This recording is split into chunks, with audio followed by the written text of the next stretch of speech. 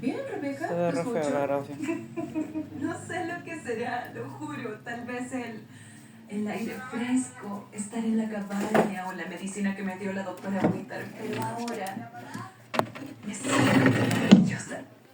Aunque me sentiría mejor sin esta erupción. Les prohíbo tocar mis vegetales. ¿Bien? Todo bien. Sí. ¿Que vienen varios encima dormidos? Ok, no, es raro decirlo en voz alta. Podríamos decirles...